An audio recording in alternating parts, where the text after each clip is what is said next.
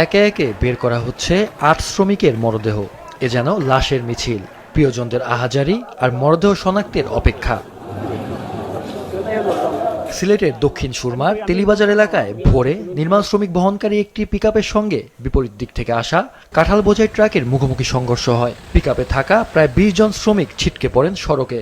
ঘটনাস্থলে নিহত হন ৪ জন, আহত অন্তত ১২ জন। আমরা আসেন গাড়ি একবারে রাস্তার কোন সাইডে আর কোন জায়গা নাই, ডিস্ট্রিক্টে আমার এই জায়গা আপনার সাইডে। তো আল্লাহ বাগাতে বাঁচাছে, আমি নিজেই আমি ভাবছি না আমি তো বাঁচতে। হ্যান্ডরুম্যান এই চালাকা, ড্রাইভার এই চালাকা, আমরা তো এটা চিনছি না, কিন্তু এ মারছে ওগুম হই আমরা গাড়ি মারার পরে যে মেশিনের সাথে যেভাবেই হোক যে প্রচন্ড ব্যথা পাইয়া মারা গেছে। গুরুতর আহত আরও ৪ জনকে Sylhet MAG Osmani medical college হাসপাতালের জরুরি বিভাগে নেওয়া হলে কর্তব্যরত চিকিৎসক তাদের মৃত ঘোষণা করেন। এ নিয়ে ২ নারী সহ মোট মৃতের সংখ্যা দাঁড়ায় ৮ জনে। মৃত অবস্থায় আমরা ৮ জনকে পাই। ৮ জনের মধ্যে হচ্ছে ২ জন নারী এবং ৬ জন পুরুষ। আইনি প্রক্রিয়া শেষ করে তাদেরকে থানাতে হস্তান্তর করা হয়েছে এবং বাকি প্রক্রিয়া শেষ করার পরে তাদেরকে তাদের স্বজনদের কাছে হস্তান্তর করা হবে।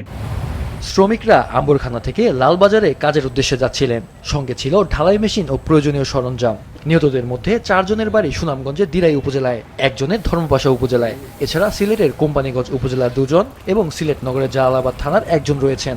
এ ঘটনায় ট্রাক চালক পালিয়ে গেলেও ট্রাক ও হেলপারকে আটক করেছে পুলিশ। এদিকে চাঁপাইনবাবগঞ্জের নাচল আড্ডা সড়কের বেনিপুর এলাকায় ট্রাকের ধাক্কায় মোটরসাইকেলের 2 আরোহী নিহত হন। ওভারটেক করতে গিয়ে বিপরীত দিক থেকে আসা ট্রাকের সঙ্গে সংঘর্ষে ঘটনাস্থলেই প্রাণ হারান 2 জন। কুমিল্লার দেবিদ্বারে বাবার মোটরসাইকেল থেকে ছিটকে কাভার্ড ভ্যানের নিচে চাপা পড়ে মারা যায় ৮ বছরের শিশু খালিদ হোসেন। মাদ্রাসা থেকে বাড়ি ফেরার পথে রাস্তার ঝাঁকুনিতে ছিটকে পড়ে সে। মাহফুজুল হাসান, মাছরাঙা নিউজ ডেস্ক।